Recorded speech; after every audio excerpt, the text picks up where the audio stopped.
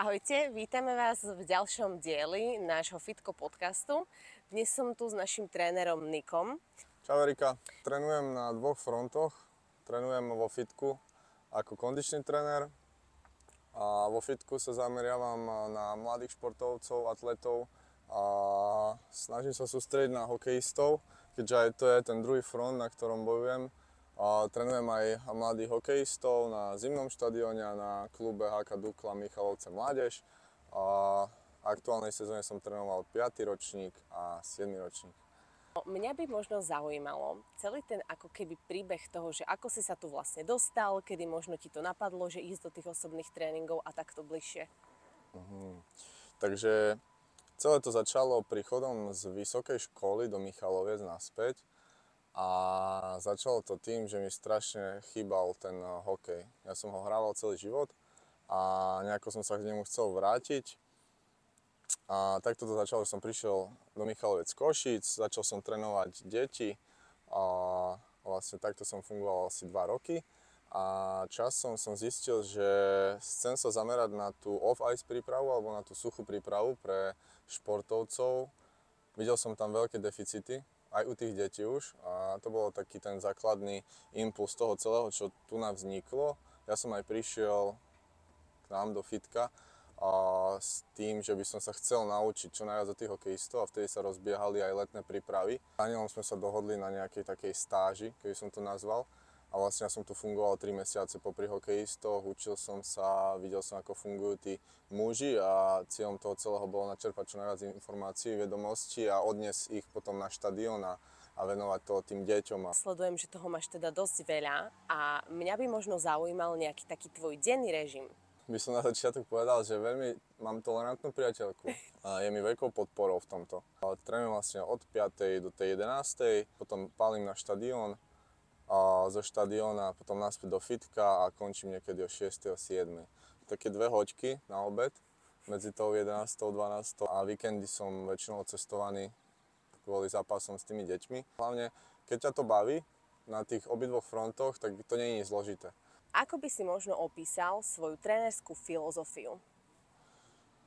Svoju trénerskú filozofiu by som opísal tak, že deti sa musia naučiť hrať sa a musia pochopiť, že hokej je hra a že ich to musí baviť. Pokiaľ ich to baví, tak to robia dobre a ten výsledný efekt je najlepší vtedy, keď to dieťa má zápal z tej hry a z toho osobného, alebo z tej osobnej motivácie. Preto hlavná vec je naučiť tie deti superiť a hrať sa a robiť to naplno. Pri tej hre väčšinou, keď deti hrajú na haňačku, tak lepšie ich my naučiť šprintovať nedokážeme, ako keď im dáme sa zahrať na naháňačku. Čo podľa teba oddeľuje dobrého trénera od skutočného profesionála vo svojom obore? Určite vedomosti a spôsob komunikácie a podania tých vedomostí. Dnes sú tie informácie veľmi dostupné zo všetkých strán a ten dobrý a ten profi tréner, ktorý by to chcel robiť na tej vyššej úrovni, musí vedieť vyfiltrovať tie správne informácie. Je veľké množstvo nekvalitných zdrojov, je veľké množstvo nejakých teraz influencerov, trénerov a veľa ľudí sa môže mýliť na ich radách. A nikdy nesmieš v tomto priemysle prestať a zastaviť, lebo keď zastavíš, tak to pre teba znamená, že si skončil. Stále ísť napred a učiť sa nové veci a byť stále v nekomforte, lebo ten nekomfort je, čo potrebujeme zvládať. Čo je tvojou motiváciou zlepšovať sa a napredovať? Mám stále pocit, že nikdy nie je dosť a nikdy nie je dosť informácií. Nikdy stále sa cítim, že viem málo ešte, čo by som mohol ponúknuť. A to je možno aj tá otázka na tvoju predošlú odpoveď, že tá výzva trénerská je stále vedieť odpovedať na otázku klienta. Keďže viem vlastne, že aj z vlastnej skúsenosti, aké ťažké je si niekedy vybrať medzi tou knihou a pozeraním nejakého seriálu, že či máš na to nejaký trik, alebo je to len o tej disciplíne, vybrať si ako keby tú ťažšiu verziu, ten nekomfort, dajme tomu, a zlepšiť sa na základe toho, alebo či teda ti to ide tak prirodzene? Určite mi to nejde prirodzene, určite to je nekomfort a je to ťažké si to vyberať a hľadať si tú ťažšiu cestu a stále chcieť napredovať. Na začiatku som, možno keď som začal trénovať a vzdelávať sa a venovať čas tomu vzdelovaniu, ono to nie je len o tej knihe. Človek musí pochopiť, že ten zdroj môže byť podcast, kniha, možno nejaký dokument, možno nejaký zdroj. Teraz sú rôzne publikácie, ktoré sa dajú odobrať a chodí to potom na mail a len tak si z času na čas cez prestávku o tom prečítať. A mňa to nebaví, hlavne keď to je veľmi zdĺhavé a je toho veľa. Že musím tomu venovať 2-3 hodiny. Preto som si našiel taký spôsob, že 5-10 minút, 6 krát do dňa, aj tak to urobiť tú hodinu v celku. A viem sa v tom mojom takom rýchlom dni venovať aj tomu vzdelávaniu stále. To znamená, že cesta z fitka na štadión, pustím si podcast, naspäť zo štadióna do fitka, pustím si zase 6 minút, 7 minút v kolonách. Že dá sa to aj takto pomedzi sa tomu povenovať a je to tiež nejaká forma vzdelávania.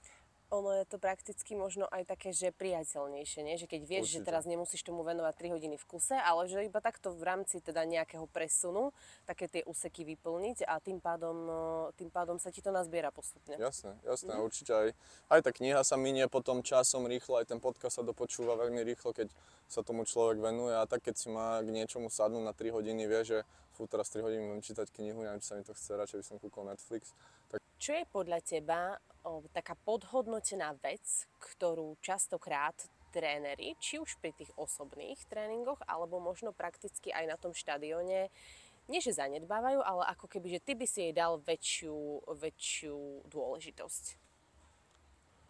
Určite detaily vo všetkom. Je to dýchanie, držanie správnej postúry tela, možno z tvojho sveta pomalé jedenie a keď sa to rozberieme všetko na drobné, hokejisti všetko chcú robiť rýchlo od začiatku, od prvého momentu, každý chce byť čo najskôr medzi modrou, čo najskôr prekočovať celé ihrisko, ale keď nemáš techniku a budeš stále tlačiť len na tú rýchlosť, tak to je to, čo podľa mňa je podhodnotené. Aj na jednom školení som bol a tam to bolo prevzaté asi z nejakých combat jednotiek amerických, taký slogan: Slow is smooth, smooth is fast and fast is deadly. A to je presne tá technika, že na začiatku to musí byť technicky pomalé, aby to mohlo byť rýchle a u nich, aby to mohlo byť potom smrteľné. Tak aj my to tak hokejisti by sme mohli pretaviť, že najskôr tú techniku, aby to mohlo byť rýchle a potom, aby to mohlo byť smrteľné pre toho supera. Kde sa vidíš o 5 rokov? O 5 rokov by som sa chcel vidieť zdravý, šťastný určite a spokojný, tak aký som teraz. A určite by som prijímal nové výzvy rád. Chcem riešiť o dosť viac zranenia ľudí, chcem sa venovať viac kompenzácií pri športe, hlavne pri tom hokeji, to mi príde ako dôležitá otázka. Takisto sa chcem venovať zraneniam športovcov, aby som vedel čo najlepšie na nich reagovať a predísť im hlavne. Vidím sa tu vo fitku a vidím sa na štadióne a dúfam, že sa mi to podarí. Ak by si mal dať možno nejaké 2 najpodstatnejšie tipy človeku, ktorý pozerá teraz toto video a chce byť jedného dňa trénerom, ako si ty, čo by si mu poradil? Aby sa nebal, aby urobil prvý krok, aby išiel oproti tým svojim veciam, ktoré chce dosiahnuť, aby nečakal len tak, že spadnú samé z neba, lebo oni samé z neba nikdy nespadnú. Takže treba byť odvážny, treba nečakať, treba začať robiť. A ja stále hovorím, že 60% vecí, ktorých sa bojíme, sa nikdy nestane, takže treba byť odvážny a treba smelo. Ďakujem ti veľmi pekne, Niko, za rozhovor. Bolo to veľmi inšpiratívne a podľa mňa aj nápomocné pre ľudí, ktorí si to vypočujú. Ja ďakujem za pozvanie a nech sa vám darí a nech ste šťastní všetci. Čaute.